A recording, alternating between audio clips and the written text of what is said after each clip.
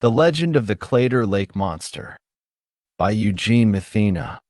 Nestled in the heart of Pulaski County, Virginia, shimmering under the Appalachian sun, lies a man-made wonder with a legend as deep and murky as its waters, Claytor Lake.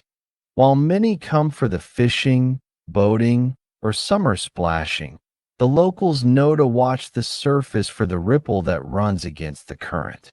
For beneath the placid beauty of this 4,500-acre lake lives a chilling mystery. His name is Clayt. Before Claytor Lake ever existed, the New River carved its ancient path through the mountains, one of the oldest rivers in North America. In 1937, construction began on the Claytor Dam, spearheaded by Appalachian Power. As engineers laid the foundation and diverted the mighty new, strange sightings trickled in from workers. Several men swore they saw something swimming upstream, a shadow the size of a train car coasting silently beneath the surface. Some dismissed it as myth. Others refused to return to the southern narrows where the sightings occurred. By 1939, the dam was nearly complete, and the river began to back up. Trees disappeared, valleys sank, and soon water filled what would become Claytor Lake. As the river expanded, so too, it seemed, did the creature. Witnesses say the monster, like a goldfish growing to fit its bowl, had begun to thrive. When the lake was fully impounded in the spring of 1940, it was no longer a river monster. It had become something else entirely, something native to the lake. Reports began almost immediately. A ski boat jolted violently one evening, tossing a teenager into the water. The shaken driver swore they struck something that moved, wasn't no log, and it turned away on its own. Skiers have had their legs scraped by something scaly, and fishermen have seen silhouettes larger than a pontoon boat cruising just beneath the morning fog. Clayt is described as having a long, serpentine neck and a broad, humped back. Children whisper that he watches from beneath the surface with ancient, amber eyes. If Clayt were of a prehistoric nature, many believe he may be a plesiosaur, an ancient marine reptile with a body made for deep glides and a neck made for terrifying peaks above water. Skeptics scoff, but the old-timers remember the early years when the dam first filled.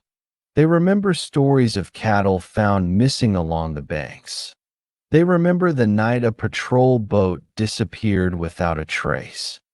The theory has persisted for decades, just like with Scotland's Loch Ness Monster, that Clayt may be a lone survivor of the Mesozoic era, somehow preserved in subterranean caverns, rising with the river, adapting to fresh water like a ghost from Earth's deepest past.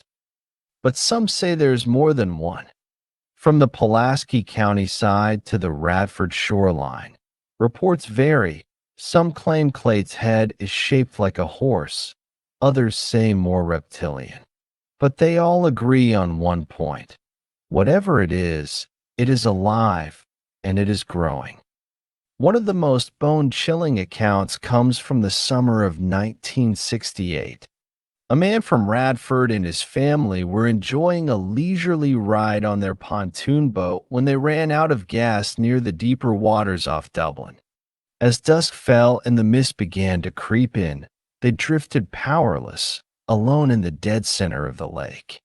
What began as a peaceful evening turned into a waking nightmare. The father reported hearing sloshing sounds and seeing large ripples circling the boat. Then came the knocking slow thuds from beneath, growing harder, as though something was testing the boat's strength. His wife claimed she saw a long neck rise briefly in the moonlight, then disappear. The children cried as unseen forces rocked their craft into the early hours. By daybreak, the family was rescued, trembling and shaken, their faces pale as driftwood. To this day, that man has never launched another boat on Claytor Lake. Locals say he still wakes up screaming when the wind rattles the windows on stormy nights. Another strange tale buried under local gossip is that of the bus in the lake. In the 1950s, a school bus driver reportedly went missing along a remote stretch of road near the lake's edge. Days later, the yellow top of the bus was spotted just beneath the water near the inlet. It sat submerged for years, a sunken husk, its purpose lost. But for the fishermen, it became a local legend of its own, a favored fishing hole. Yet even anglers who dropped their lines near it claimed to feel something brushing their legs, or that their lures would vanish without so much as a bite. One man swore that his anchor rope came back slimed and frayed, as though something had gnawed on it deep below. Modern sonar has picked up unexplained readings. Divers refuse to go into certain drop-offs. Even the most hardened skeptics admit that Claytor Lake has secrets yet uncovered.